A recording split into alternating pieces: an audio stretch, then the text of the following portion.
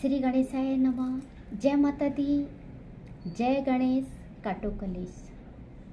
गणेश चतुर्थी आने वाली है। भाद्रपद माह की चतुर्थी वाले दिन गणेश उत्सव मनाया जाता है। हर साल में गणेश चतुर्थी आती है जो कि भाद्रपद की शुक्ल पक्ष को आती है और लोग बहुत अच्छे उत्साह से उमंग से अपने अपने घरों में गणपति जी को स्थापित करते हैं। कोई 10 दिन के लिए करते हैं, कोई 3 दिन के लिए करता है, कोई 7 दिन, कोई 5 दिन। अपनी समर्थ के अनुसार ही सभी लोग जो है गणपति स्थापना करते हैं। और जितने दिन गणपति जी रहते हैं घर के अंदर धूमधाम, वैसे तो चारों तरफ पंडाल लगे होते हैं। गणपति जी के आगमन का बहुत खुशियाँ होती हैं। एक अलग सी एनर्जी, एक अलग सी ऊर्जा हर किसी को बनी हुई होती है, क्योंकि गणपति जो आने वाले हैं और रिद्धि सिद्धि के दाता जो है वो गणपति है। और गणपति जो है जय गणेश काटो कलेश, क्योंकि गणपति सारे विघ्नों को हर के ले जाते हैं। अगर आप गणपति स्थापना कर रहे हैं, गणपति की पूजा कर रहे हैं, या आप अपने घर में गणपति को नहीं भी ला पाते हैं, तो आप जहाँ पर गणपति का पंडाल लगा हुआ है वहाँ आप जरूर जाइए, गणपति का आशीर्वाद आप जरूर लीजिए, क्योंकि गणपति हमारे सारे कष्टों को दूर करते हैं। इसी के साथ में मैं आपको बताना चाहूँगी कि गणपति हम लाते हैं, हर्षोल्लास से लाते हैं और उसके बाद में हम उनको जो है विसर्जन कर देते हैं। ऐसे क्यों किया जाता है, तो आप मेरी वीडियो को अंत तक जरूर देखिएगा। इसके साथ में मैं आपको भी बताने वाली हूँ कि कुंडली में हमारा जो है वो केतु और गणपति का क्या मिलन है। केतु और गणपति को किस तरह से जो है कुंडली के अनुसार भी हम देखेंगे, क्योंकि हर भगवान से हर ग्रह का जुड़ा हुआ है, हर ग्रह जुड़ा हुआ है। और उसी तरह से आप जो है भगवान के द्वारा भी आप अपने ग्रहों को ठीक कर सकते हैं। लेकिन मेरी वीडियो को आप लाइक कीजिए, सब्सक्राइब कीजिए और अंत तक जरूर देखिए। पसंद आए तो कमेंट जरूर कीजिएगा।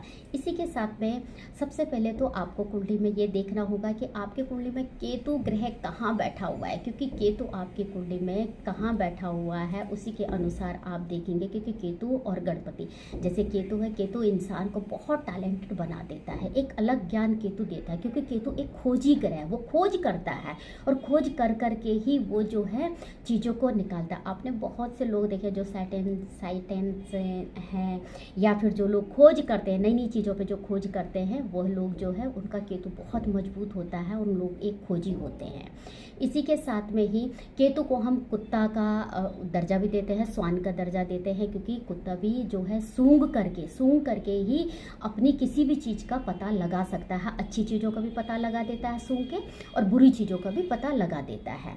तो केतु को एक श्वान का रूप भी हम देते हैं। केतु के लिए हम श्वान के जो है उपाय भी बताते हैं, उस तरह से उपाय भी करने चाहिए। लेकिन अभी जो है 10 दिन के लिए गणपति जी आ रहे हैं, क्योंकि गणपति जी का जन्म हो रहा है, तो आप लोग जो है इन 10 दिनों में अपने केतु को और अच्छा कर सकते हैं। आपको क्या करना होगा, कुंडली में आप देखिए कि आपका केतु कहाँ बैठा हुआ है। जिस घर में 12 खाने हैं, कुंडली के 12 खानों में आपको ये देखना कि केतु कौन से घर में बैठा हुआ है।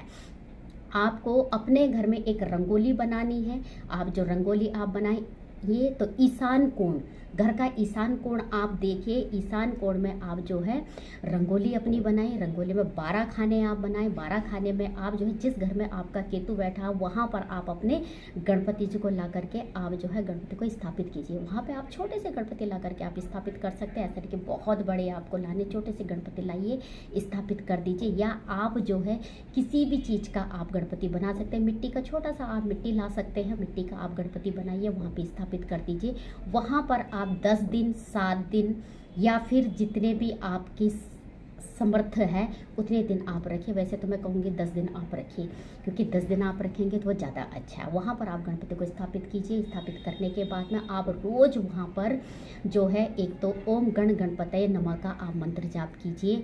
उसके साथ में आपको क्या करना है कि वहाँ पे आप जो है फूल, पुष्प, इसके साथ में कोई भी आप भोग बोलिए तो आप अगर लगाते हैं लड्डू का भोग तो वो ज़्यादा अच्छा है। मोदक के भोग लगाए। लड्डू और मोदक गणपति को बहुत पसंद है, तो आप लड्डू और मोदक के आप भोग लगाइए। भोग लगाने के बाद में आप जो है उस प्रसाद को आप अपने घर में आप बांटिए। घर में आप प्रसाद बांटते हैं, बहुत अच्छा आपके लिए होता है। इसके साथ में ही आप जो है कुंडली में आप देखना कि इन 10 दिनों में आपके अंदर एक अलग ऊर्जा आएगी। आपका केतु जो आपको परेशान कर रहा है, केतु जो नकारात्मक प्रभाव दे रहा है, वो आपको सकारात्मक प्रभाव देना शुरू कर देगा। और केतु का एक झंडा भी आप जो है अपने घर के, वैसे तो कुंडली के अनुसार केतु कहाँ बैठा हुआ है तो अलग अलग दशा में आपको जो है केतु का झंडा लगाना है। लेकिन जिन लोगों का भी केतु बहुत अच्छा प्रभाव नहीं दे रहा है, आपको परेशान कर रहा है केतु, तो आपको केतु का जो झंडा भी लगाना है वो आपको लगाना है पूरब और उत्तर दिशा में। पूरब उत्तर के जो कोना है उसको कहते हैं ईशान कोण। ईशान कोण में आप केतु का झंडा लगा सकते हैं।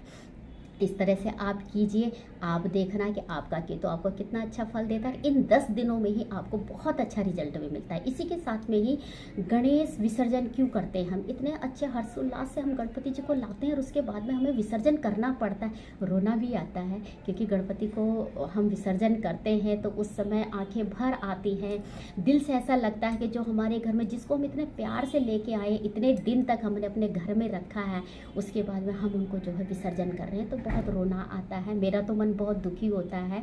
मैं गणपति रखती तो नहीं हूँ, क्योंकि इसीलिए नहीं रखती हूँ कि उनको विसर्जन करना पड़ता है, लेकिन मेरे पास में हमेशा गणपति होते हैं। मैं गणपति की पूजा बहुत करती हूँ।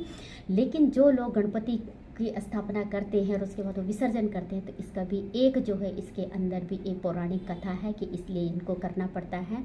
महर्षि व्यास जी ने गणपति जी को महाभारत लिखने के लिए दी थी, और कहते हैं कि जब महाभारत लिखते लिखते गणपति को पूरे 10 दिन हो गए थे, 10 दिन तक जो है गणपति जी एक उसमें लिखते रहे, बिना रुके, बिना कुछ किए हुए लगातार लिखते रहे, तो उन पर बहुत ज़्यादा धूल मिट्टी जम गई थी।